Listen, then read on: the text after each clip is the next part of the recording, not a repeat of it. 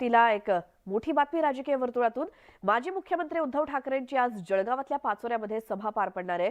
यापूर्वी खेड आणि मालेगाव इथे उद्धव ठाकरेंच्या सभा झालेल्या आहेत। या सभांमधून उद्धव ठाकरेंनी राज्य सरकारला चांगलंच घेरलं होतं।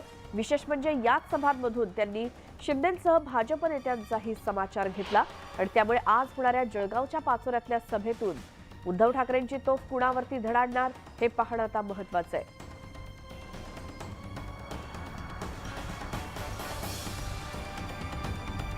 अविनाश कालणचे आमचे प्रतिनिधी आपल्या सोबत जोडले गेलेत। अविनाश, आज पाचोऱ्यातली उद्धव ठाकरे यांची सभा आणि त्यासाठीचं नियोजन कसं करण्यात आलंय? कुठे होती ही सभा?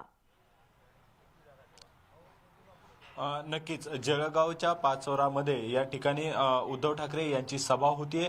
ही सभा होण्याच्याच अगोदर जसं ऊन तपतंय त्याच पद्धतीचं राजकीय वातावरण देखील जळगावमध्ये आपल्याला तापलेलं दिसतंय। आपण बघू शकतो जी या ठिकाणी सभेची तयारी ज्या पद्धतीनं करण्यात आली आहे। आतापर्यंत 80 खुर्च्या या मैदानामध्ये टाकण्यात आलेल्या आहेत।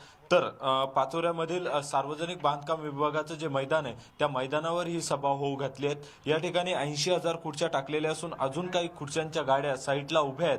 तर या मैदानाची ज्या पद्धतीनं नागरिक येतील, लोक येतील ऐकण्यासाठी, त्यावेळी क्षमता वाढवण्याची अशी 1.5 लाख नागरिक बसतील अशी क्षमता असल्याचं हे मैदान असल्याचं संयोजकाकडून सांगितलं जात आहे।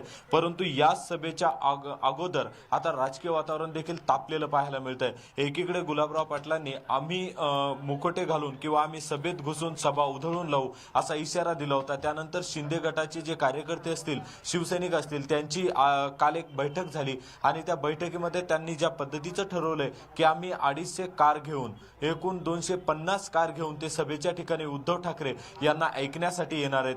तर ते गुलाबराव पाटलाचे मुखवटे देखील घालून येणार आहे। त्यामुळे पोलीस आता त्यांना सभेच्या स्थळी पोहोचू देतात की सभेच्या अगोदरच थांबवतात हे पाहावं लागणार आहे। मात्र एकूणच जळगावमध्ये आज जर आपण बघितलं तर राजकीय वातावरण चांगलंच तापलेलं दिसून येतंय। तर उद्धव ठाकरे यांची ही उत्तर महाराष्ट्रातली दुसरी प्रचंड मोठी सभा असणार आहे आणि ते आपली तोफ कुणावर डागतात हे देखील तितकंच पाहणं महत्त्वाचं ठरणार आहे।